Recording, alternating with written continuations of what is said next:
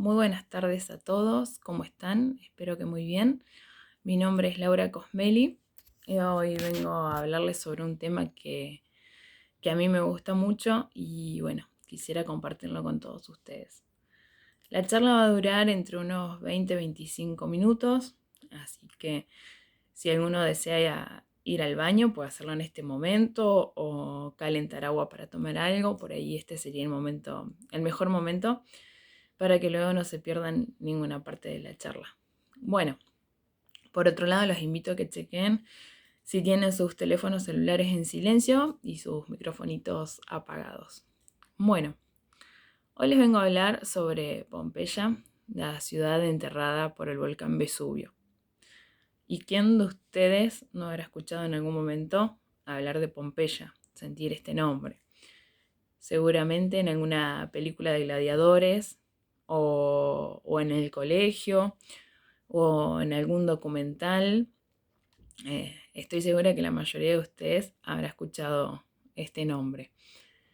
Yo particularmente tendría unos 8 o 9 años la primera vez que escuché hablar de ella y fue a través de un programa de televisión donde un conductor muy famoso argentino que se dedica a viajar por el mundo mostraba en su programa Pompeya y contó más o menos lo que había sucedido.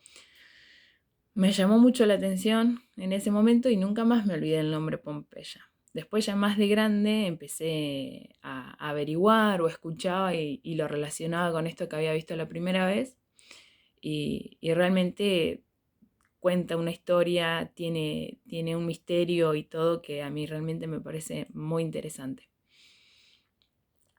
Envuelta por el misterio, como les dije, Pompeya es el único lugar en el mundo que nos permite transportarnos en el tiempo, sentir y contemplar cómo era la vida cotidiana en el Imperio Romano. Y que para nuestro favor, después de 2000 años, todavía sobrevive la evidencia de lo que fue un trágico momento para los pompeyanos. Y que trajo este misterio que durante siglos ningún geólogo, ningún profesional, ningún arqueólogo, ningún historiador podía revelarlo. Bueno, en el año 79, después de Cristo, un 24 de agosto, Pompeya queda bajo 5 metros de ceniza de una manera catastrófica y también insólita.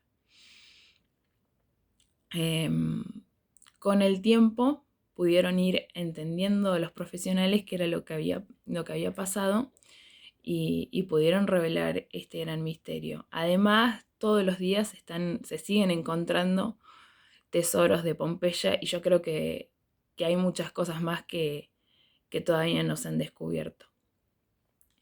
Bueno, Pompeya es un lugar que realmente te transportan, no es que sea exagerada, pero cuando llegas a Pompeya, lo primero que te encontrás son unas oficinas de ahora, donde tenés que dirigirte para comprar tu entrada y pasar a ver las ruinas. Luego de que compras tu entrada, te hacen salir afuera, te indican por dónde tenés que hacer la fila y te encontrás de repente con un paredón súper alto, súper gigante. Al costado de ese paredón hay una puerta. Cuando atravesás esa puerta, no puedes creer todo lo que empezás a ver. Realmente te sentís en otra época del año y todo es majestuoso, todo es grande, todo es alto, todo es nuevo y realmente no puedes creer lo que estás viendo.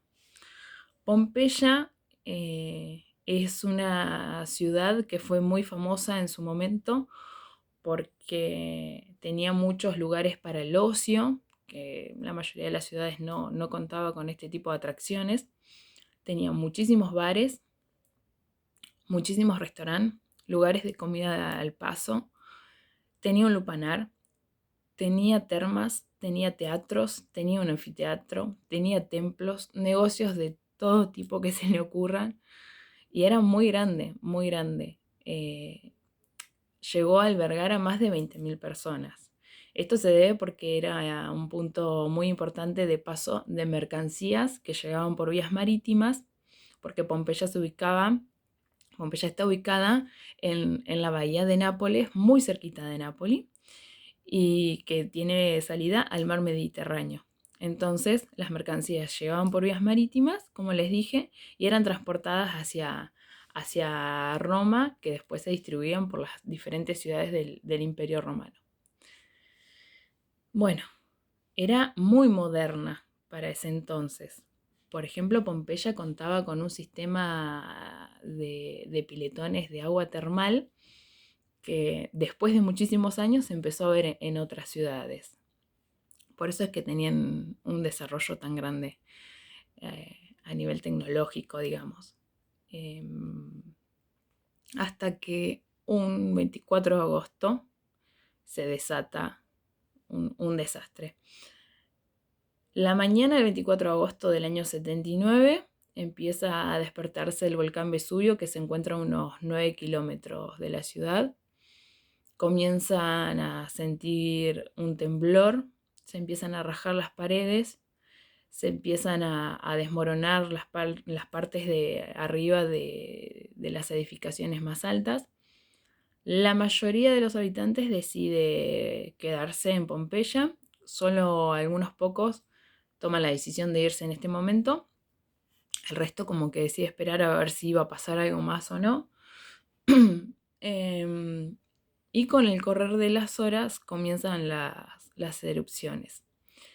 La primera erupción dio lugar a una explosión muy grande, donde como un tapón de tierra y de piedra salió despedido por el aire a una velocidad impresionante. Y fue la explosión, para que se den una idea, fue 1000 veces más potente que la bomba que cayó en Hiroshima. También una columna de humo negro se ascendió por el cielo a una altura de más del doble del monte Everest. En este momento, una nube oscura comienza a avanzar sobre el cielo de Pompeya como la tinta negra. En cuestión de minutos, Pompeya quedó totalmente a oscuras. Del día pasó a la noche. Bueno, estuvo todo el día el volcán Vesubio erupcionando y lamentablemente llevó a la muerte de los ciudadanos, de los pocos ciudadanos que decidieron quedarse hasta el último momento.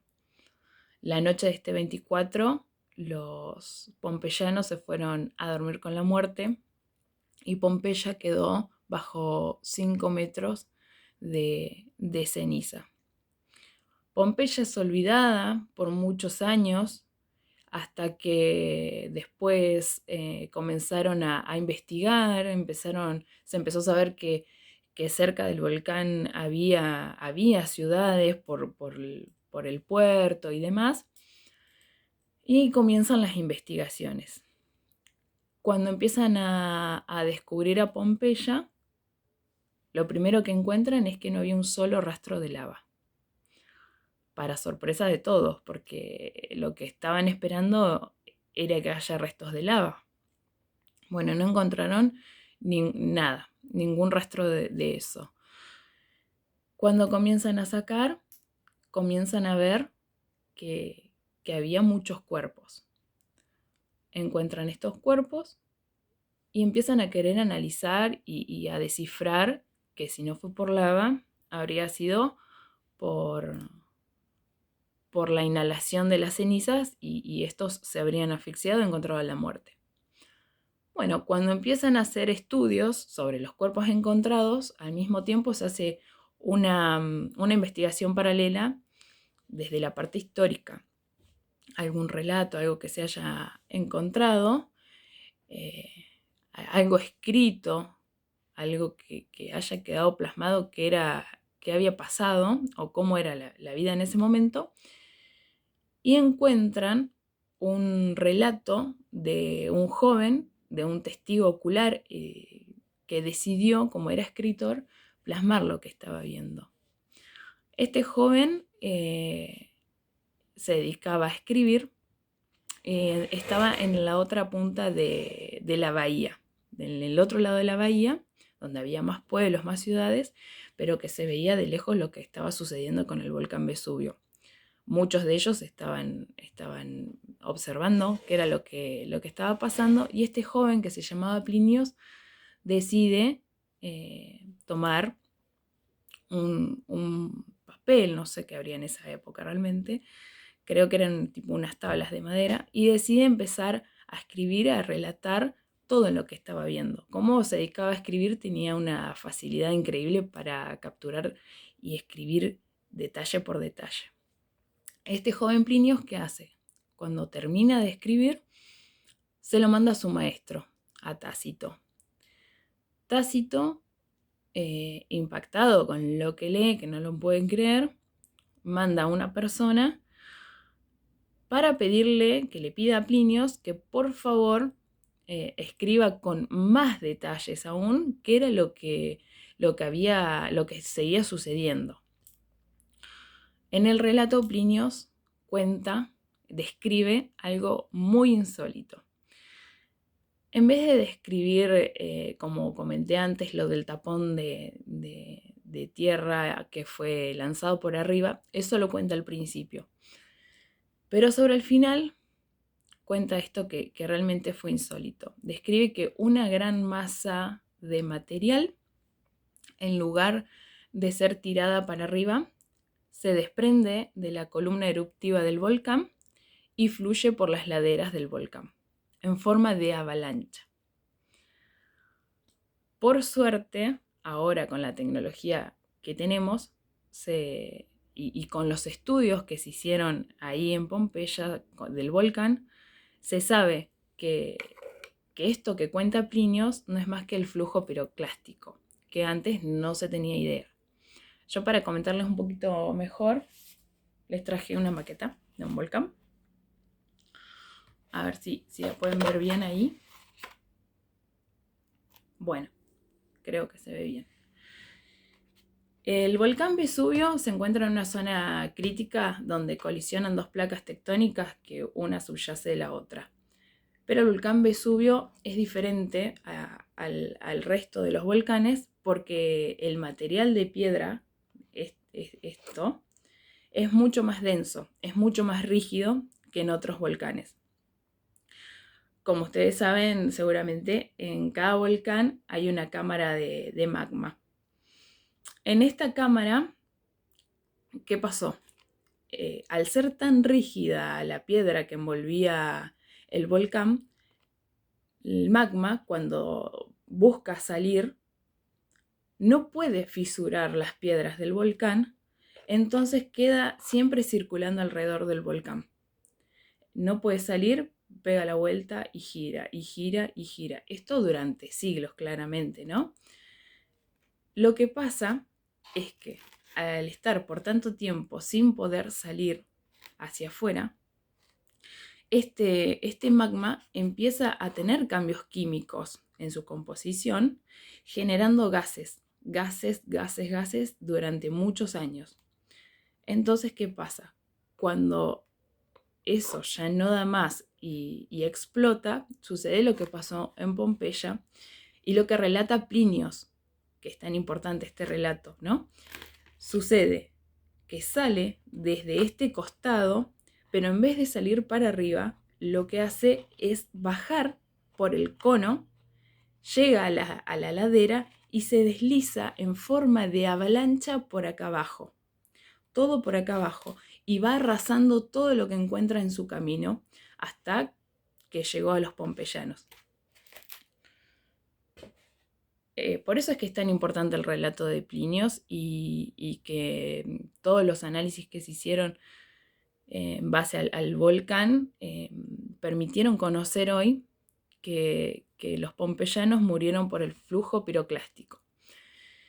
El flujo piroclástico es tal cual ustedes han visto seguramente en las películas, las avalanchas de nieve, arrasa con todo lo que encuentra en su camino. Y ahora se sabe que esta nube, vamos a decirle así, pasó por Pompeya su paso por Pompeya duró entre 1 minuto y 2 minutos. El flujo piroclástico es letal. Llega a tener 560 grados en el interior y avanza a una velocidad de 480 kilómetros por hora. Por eso se sabe que lo que llegó hasta los pompeyanos fue esto. Primero porque no se encontraron restos de ceniza en sus pulmones y por otro lado, cuando encuentran los cuerpos se dan cuenta que hay un hueco entre los huesos que encontraron y la capa de ceniza solidificada. Este hueco que se encuentra, que yo ahora en un ratito se los voy a mostrar con imágenes, es el que corresponde a la masa corporal, a la parte, al volumen físico de cada persona. Entonces las personas, estos profesionales empezaron a preguntarse, pero si venía a tanta temperatura, ¿cómo puede ser que no se haya desintegrado la carne? Bueno, después de hacer varios estudios, descubrieron que por la distancia que había entre el volcán y la ciudad de Pompeya, el flujo piroclástico llegó con menos temperatura, llegó a unos 300 grados más o menos. Cuando los pompeyanos quedan expuestos a esta temperatura alcanza para matarlos al instante, pero no alcanza para desintegrarles el cuerpo.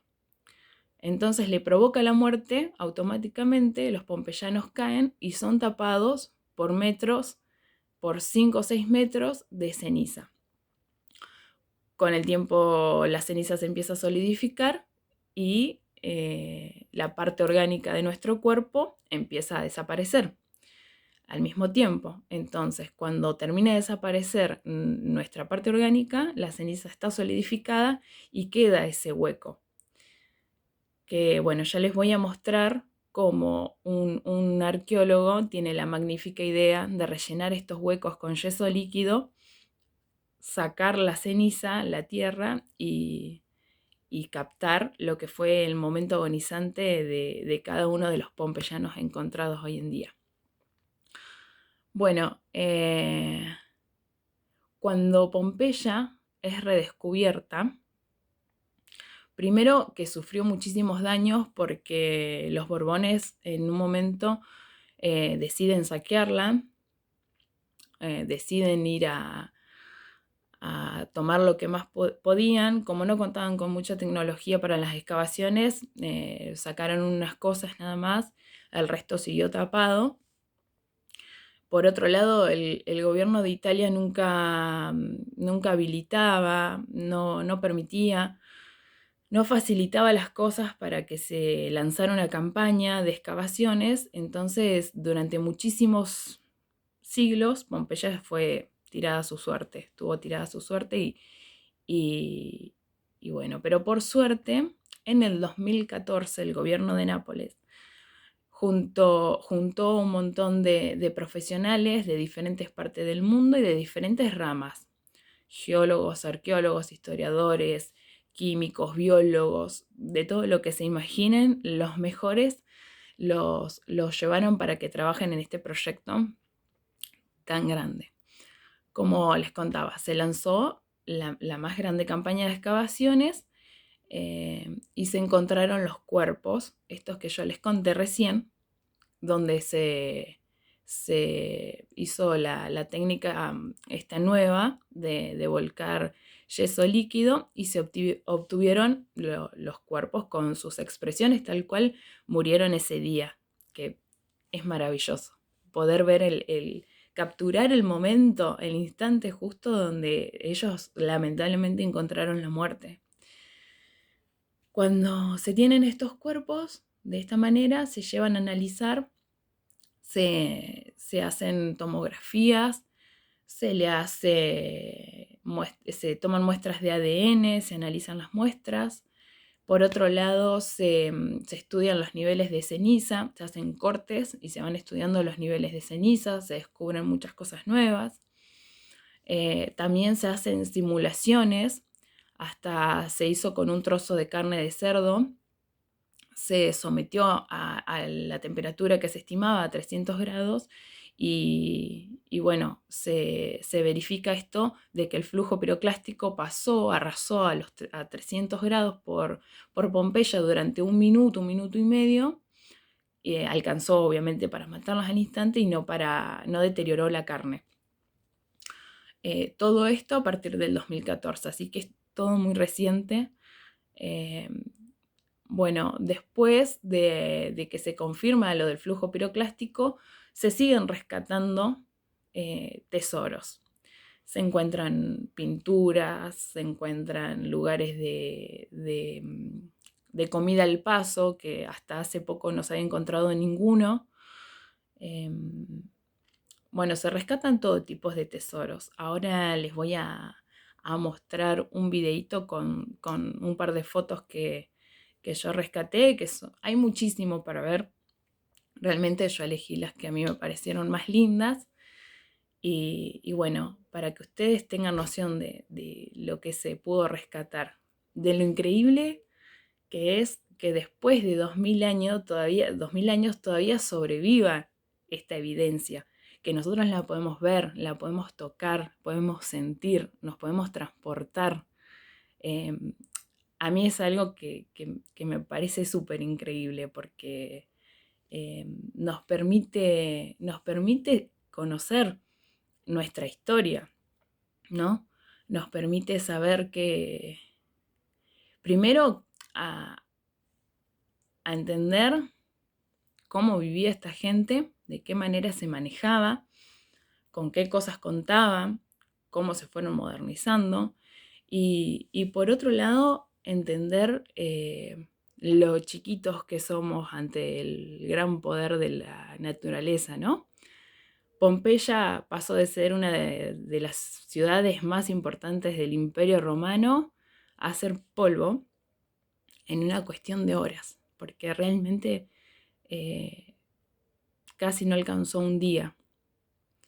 Y por otro lado pienso que si no hubiera sucedido lo que sucedió con Pompeya, de la manera en la que sucedió, porque cómo se dio todo, que las condiciones por ejemplo, de distancia entre el volcán, la manera en la que erupcionó el volcán, todo se dio para que hoy nosotros, de alguna manera, tengamos una evidencia tangible y única que no se da en ninguna otra parte del mundo y que sirve tanto para estudiar los eventos naturales insólitos a los cuales no estamos preparados, porque hay mucho para cambiar, muchos planes de emergencia para cambiar todavía. Y por otro lado, para tener esa evidencia, como les decía hoy, tan tangible, que nos hace sentir, cuando llegamos a Pompeya la conocemos, que realmente estamos en el lugar y podemos ver cómo se manejaban los ciudadanos de Pompeya.